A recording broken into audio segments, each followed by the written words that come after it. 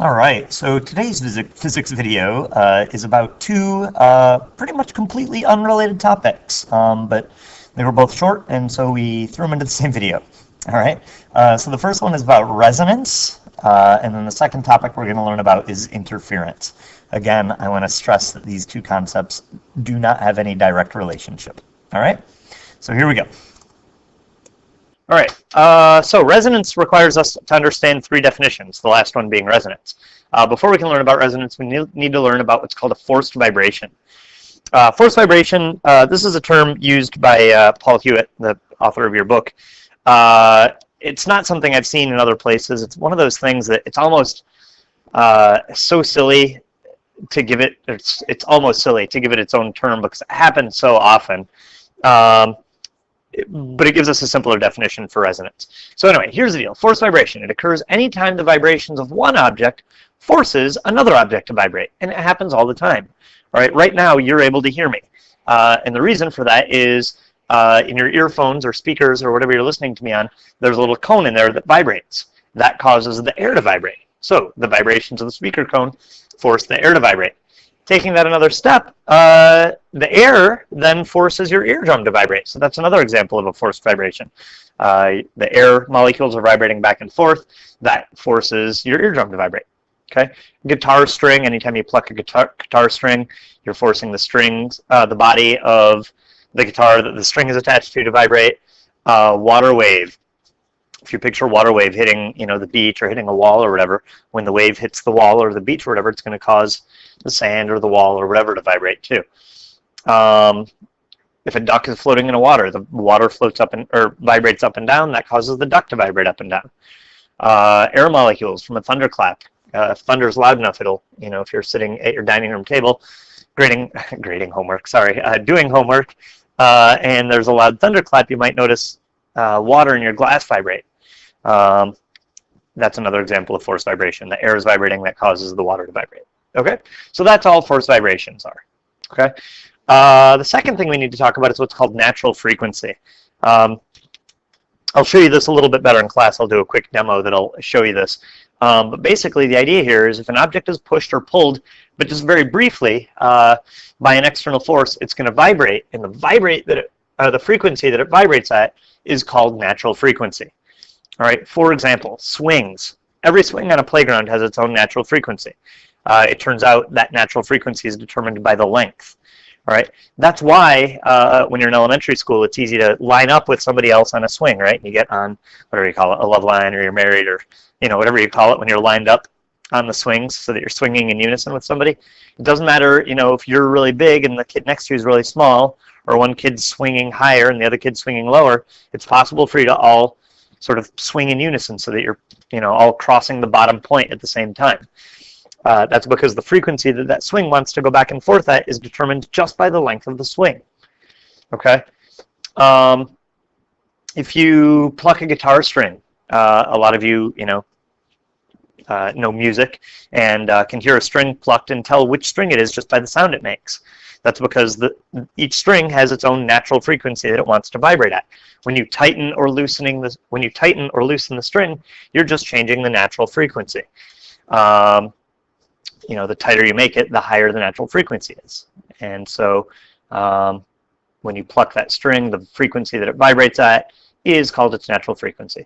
And similarly, if I stand in my classroom and drop a quarter and a wood block, you can definitely tell which one's the quarter and which one's the wood block just based on the sounds that they make, because they have their own natural frequency that they sort of want to vibrate at.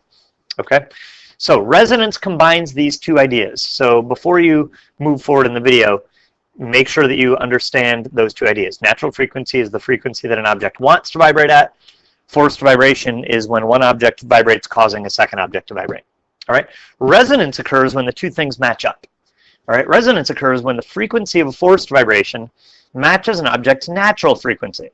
All right. And what happens then is what's called resonance. The result is the amplitude of the object's vibrations are going to get bigger and bigger and bigger, up to a certain limit. All right. The coolest and easiest example, and I'll show you this in class, is pushing a kid on a swing. So that swing wants to swing back and forth. All right. So let's say that you push a kid on a swing and he starts swinging back and forth whatever, once every 4 seconds. Okay, yeah, we'll stick with that. Once every 4 seconds. All right. So if you want the kid to go higher, you got to give them a push, right? You got to give them regularly timed pushes. So, but the frequency that you need to push the kid at is the same as the frequency that the swing wants to swing at. So what do? You push the kid forward, he swings out, comes back, push. Out, back, push. Out, back, push. So the frequency at which the kid goes out and back on the swing set matches the frequency that you're pushing at. Okay? So that's an example of resonance. With every push, the kid goes higher. Pumping your legs on a swing. After you're old enough and learn how to pump your legs, you can go higher on a swing that way. There, your legs are the forced vibration. Your legs are vibrating back and forth. That forces the swing to vibrate. And if you do it at exactly the right frequency, every time you pump your legs, you go a little bit higher. So the frequency that you're pumping your legs at has to match the natural frequency of the swing. All right, you may have seen or heard about people breaking windows or wine glasses or something with a really loud sound or with their voice. It turns out it's not just the volume of the sound that matters, it's also the frequency of the sound. I'm going to try, if I have time tonight, to edit in a video here of a person breaking a wine glass. If so, I'll do that right now. So hopefully we just saw that video. But regardless, the idea is the wine glass has a natural frequency that it sort of wants to vibrate at. Okay, so maybe it's whatever, 400 hertz. All right, so if you are able to sing and create a note that has that same frequency of 400 hertz, then the two frequencies match. And what will happen is every time a new compression of air hits that wine glass, it'll vibrate a little bit more and more and more until eventually the vibrations are so big that it breaks the glass. All right, it's the exact same thing as pushing a kid on a swing. All you're doing is you're replacing the person pushing the kid on the swing with sound waves pushing the wine glass. Okay? And then one last sort of weird example is rocking a car out of the mud. If you want to push your car out of the mud, you got to get it going forwards fast enough. And so what you do is you push it forwards, you wait for it to rock back a little bit, and then at that exact right moment, you push it forwards again. Okay? Very similar to pushing a kid on a swing. All right, so that's resonance. Write it down, and we'll do more examples in class. But this at least gets the writing out of the way, and I can give you guys the demonstrations in class. All right, and hopefully I was able to edit in that wine glass, the guy breaking the wine glass. All right, so that is the deal with resonance. All right, so that is the end of that. We've got one other quick topic that we need to talk about, which is not on the screen, right there, interference. All right, interference doesn't really have anything to do with resonance. It's its own separate topic. It occurs when two waves cross paths. All right, and it turns out there's two types of interference. There's what's called constructive interference and destructive interference. Constructive interference occurs when two crests or two troughs meet. And the resulting wave, when that happens, when you have crests meeting crests and troughs meeting troughs, the resulting wave has a bigger amplitude. All right, destructive interference is the other way around. That occurs when you have a crest meeting a trough. So there you've got sort of a positive amplitude meeting a negative amplitude, and they kind of cancel each other out, and it results in a wave with a smaller amplitude. All right, this is probably easiest to just show you an example of. So let me bring up this applet here. Okay, so what we've got here is two wave pulses. Each of these little boop, boop, each of those guys kind of represents a crest of a wave. All right, and I've got it paused right now, but what's going to happen here is these two wave pulses are going to travel towards each other. This one is going this way, this one is going this way. So when I click pause, they're going to move towards each other. And I've got it in super slow motion, so it's going to happen very, very slowly. But what I want you to watch is what happens to the amplitude. All right, so what I'm going to do is I'm going to grab this little red line down here. All right, so right now, the amplitude of one individual pulse is this distance, right? That's your amplitude. Okay, and so what's going to happen is this crest here is going to meet with this crest here, and you can kind of think of it as this has a positive amount of energy, this has a positive amount of energy, so when you add them together, you get an even bigger amount of energy, and so it should give us a bigger amplitude. All right, so let me unpause it here, and let's see what happens. So the two waves are, oh no.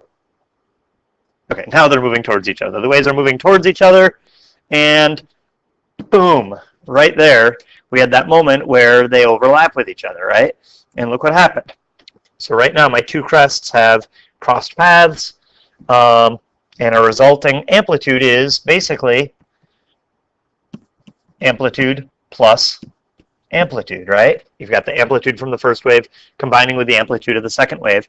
And then what happens is the two waves go on their way. So the wave that was originally going this way will just kind of continue over this way. And the one that was originally going this way is going to continue this way. So they pass through each other. They don't bounce off of each other. All right, so, and there they go. They just continue along on their way. Okay, let me do it again. All right, I want to do it again just because I feel like the beginning of that last one got messed up. So once again, here's the deal.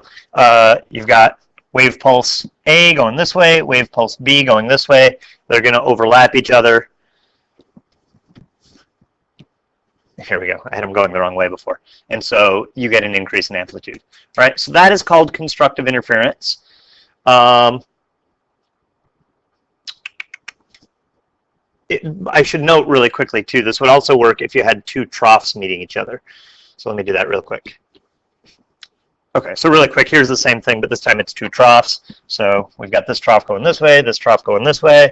Let's grab our little marker here so we can mark our amplitude. And when they cross, you're going to get a sort of a deeper trough because now we've got a negative energy plus a negative amount of energy. It gives us an even bigger negative amount of energy. And there you go. All right. So the next thing we need to talk about is what's called destructive interference. Destructive interference occurs when you have a crest meeting a trough.